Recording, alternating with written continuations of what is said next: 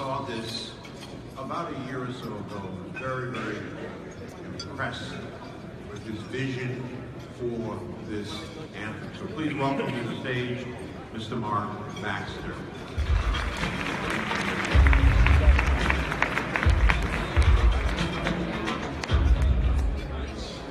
For those kind words, I really appreciate it. It's a pleasure to be here, and as Dr. Frazier said, I have a motivational anthem. Hopefully you'll enjoy it. Can I take a moment to share some life, love, and encouragement to all of the underdogs out there, to the lost ones who know they have all the ingredients to be great, but just can't seem to bake their best meal. This message is to the misunderstood, the ones who've been taken for granted their entire life, to the unlucky ones. This message is for you. This message is for those who sit and watch others' progress right before their eyes, and you know deep down that you're more talented and much better than them. This message is for all the people with good hearts, unaware of what to do with it because others continue to abuse it. This message is for the people who can't seem to enjoy life because even the fun things just aren't as fun anymore. This message is for you because I feel your pain. To all the young queens out there feeling lost because you know your value, but others, they just don't seem to agree. Boys only praise you because they only after your most prized possession. With peer pressure looming, you decide to settle. Break bread and share your body with him, and afterwards you act like he never even knew you. Thereafter your trust is violated and forever bruised, but life, it doesn't stop for you. You try to be as strong as possible, but it just doesn't feel like it's enough. Stay strong, young queen, because I feel your pain. To all the young kings out there with a desire to do good, but all that seems to surround your life is negativity. You try to do the right thing, but it seems like you're the only one trying. Then you look around, and all your friends who are doing the wrong things, seems like they're having all the fun. I know the illegal way feels like it's a good option, but it's not.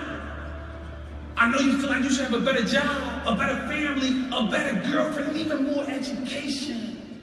But hang in there, young homie, because I feel your pain. To all the adult kings out there feeling slighted and oppressed, I know each time you try to be there for your kids, their mother does something disrespectful to make you angry. Then you look to the courts for some help, and they make it even worse. Almost like they want you to fail. You've tried school, you've tried a relationship, you've even followed through on the advice you was given, and things still aren't working out. You filled out hundreds of job applications, but never get called back because of your criminal record. Everything in you wants to make positive change, but after getting out of prison, you just feel lost. To all of my underdog kings out there, stay the course, my brother, because I feel your pain. And to all my adult queens out there, holding it down, compensating for everything that everyone else is not doing, but still managing to look beautiful. To all of my single parent queens holding down the fort, sacrificing all that they have for the children because their father is not in the picture. To all of the queens that can't get the same pay as equally qualified men, but still responsible for doing the same job. To all the queens that tell themselves, you know, one day things will get better. But unfortunately, that day never seems to come. To all my relentless queens out there, I'm here to tell you that you are important. You are necessary and you are sufficient. So stay the course, my queen, because I feel your pain. To all of the kings and queens out there, I am here to tell you that you were born to be great. When God thought of greatness, he was thinking about you. So never allow yourself to feel defeated ever again, because you are a new person with unlimited blessings awaiting you. You see, if you choose to do good or you choose to do bad, they are both extremely difficult. The only difference from choosing good, things eventually get easier. And in the end, you get rewarded. However, choosing bad, things never get easier.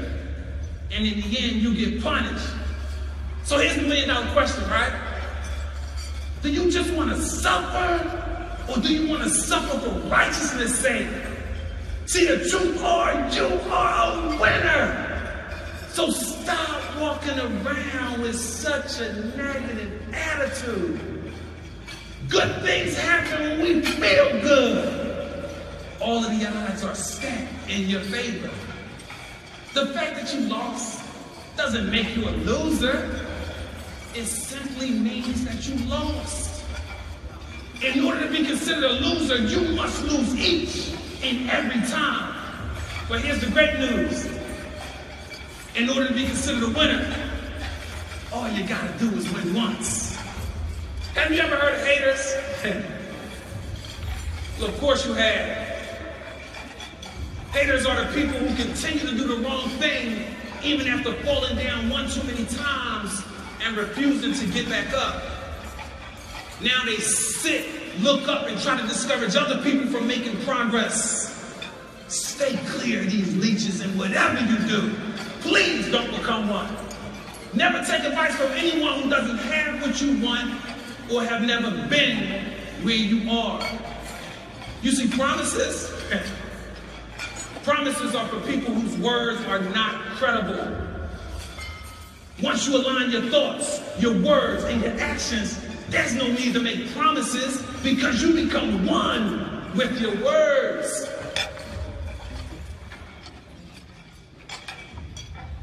Never forget, you are a child of God, a chosen generation, a peculiar people, a royal priesthood. You are more than a conqueror. The race is not given to the swift or to the strong, but to he who endures to the end. So never lead a track after running a bad race. It's a marathon, not a sprint. And never think you won a marathon after only running one good race, because the biggest time for letdown is after a victory. Well, what about competition? I'm so glad you asked. Competition is an artificial attempt to mask one's insecurities at the expense of another.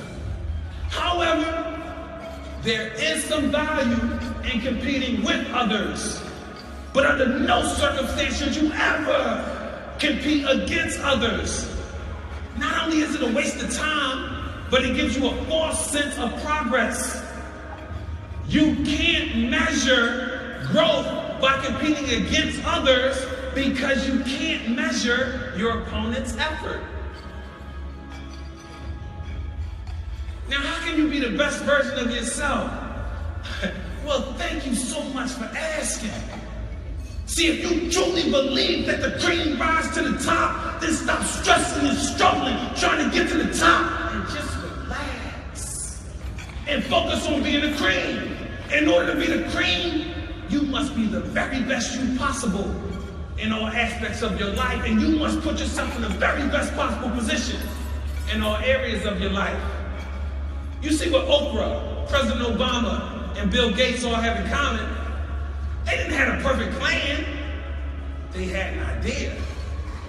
They moved on that idea with purpose and desire while creating a plan.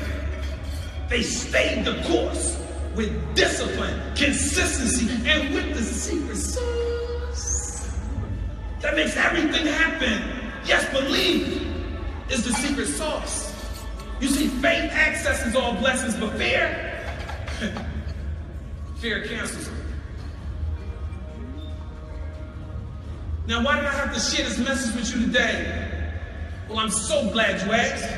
Because if I don't let out the old, I don't have any room to receive the new blessings. You see, it's your time to let go and just go. If it's meant to be, it will return. Just go. Press toward the mark and never, under no circumstance, should you ever take your eyes off the prize. I know it's hard. It may even seem impossible. But we all must first get uncomfortable in order to get comfortable. So stand up, erect, and represent yourself. You have everything you need to be great. You just got to stop chasing them advertisers. You know, money, materialism. And instead, dig a little deeper and chase the main course, which is purpose and character. And you'll attract more appetizers than you can ever eat. The truth is, all the answers to life problems are in the mirror. You see, life is perfect, but it's our imperfect nature that makes it hard to accept. Regardless of how good your intentions and motivations are, if you're broken, the only place you can lead someone to is a place of brokenness. Now, what's the formula for greatness? I thought you never asked. In fact, I wrote a book on it. How to be one with greatness. In order to be great, you must first get to know yourself. Then you must accept yourself. Then you must love yourself. Then and only then are you in position to truly give yourself to others and help them also become great. Never forget, once you master self, life will bow down to you. Once you master self, life has no choice but to bow down to you. Once you master self, life has no choice but to forever bow down to you. I'm Marc Baxter. I'm here to change the world. Thank you.